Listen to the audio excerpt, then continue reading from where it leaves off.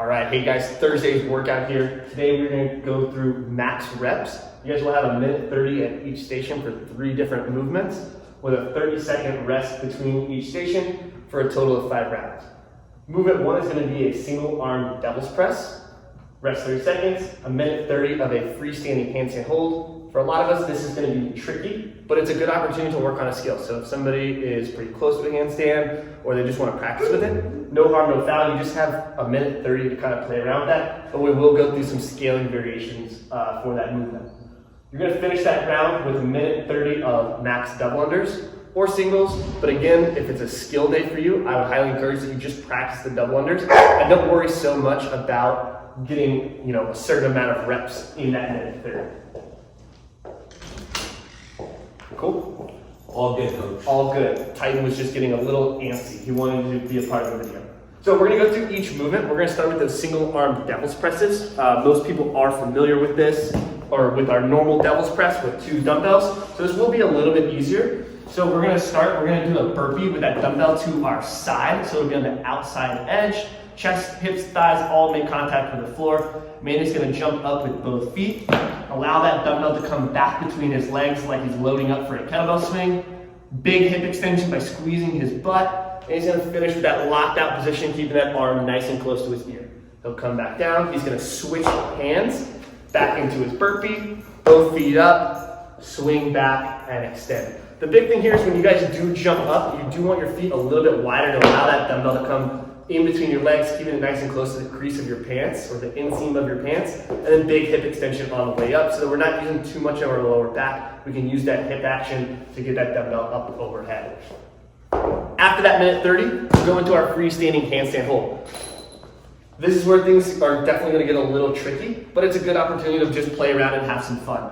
So Manny's he's gonna have his hands about shoulder width. He's gonna visualize where he's going to put his hands so that he can kick up. A lot of times people try to jump out too far in front. We wanna keep his hands nice and close, and we're not kicking up like we would into the wall, right? It's not a super aggressive kick. We kind of have to have that fine line of too much or too little to find that happy medium.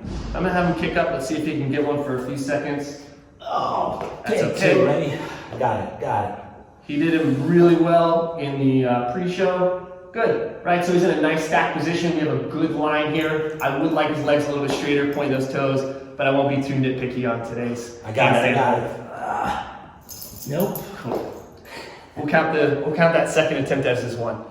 If you know that the handstand hold freestanding is just not something that you are quite ready for, you can either kick up on the wall just to practice that fully inverted position with the arms locked out, or what I would encourage you guys to do today is actually play around with a headstand variation. So this is gonna actually help us not only with the handstand progression, but it will build into our handstand push-ups as well. So you guys can use an ab mat or a pillow. You don't even have to use it. I do want his hands slightly back so we have that back edge of the mat.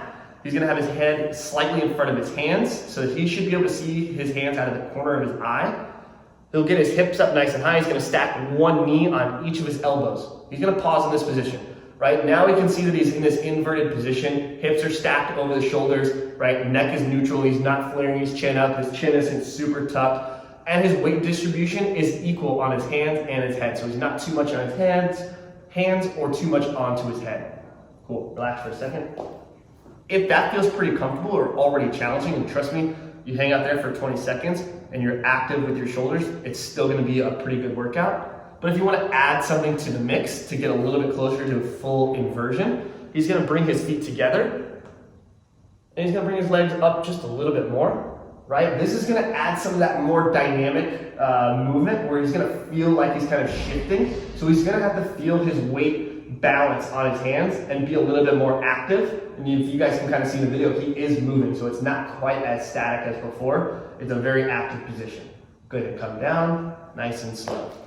So those would be 2 variations that you guys can do. Or again, you guys can go with the wall walk or kick up into a handstand and just hold against the wall. So we're practicing a little bit more shoulders with our arms extended.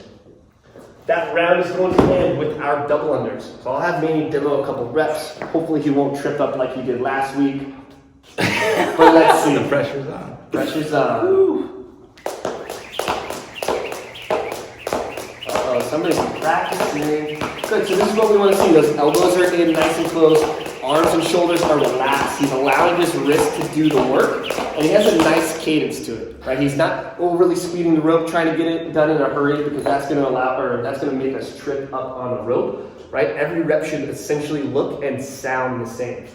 If double unders aren't something that you have, you can either practice it as a skill and don't get caught up in how many reps you're going to do, or just stick with single unders. Either way will be good for me. Max reps, minute 30 at each station, 30-second rest in between each movement for a total of 5 rounds. Let's see those scores on SugarWOD, Facebook. Let us know what you did, and if you got your first freestanding handstand hold, make sure you get a video of it and send it to us so we can put it on our social media. Have fun, guys. Thank you.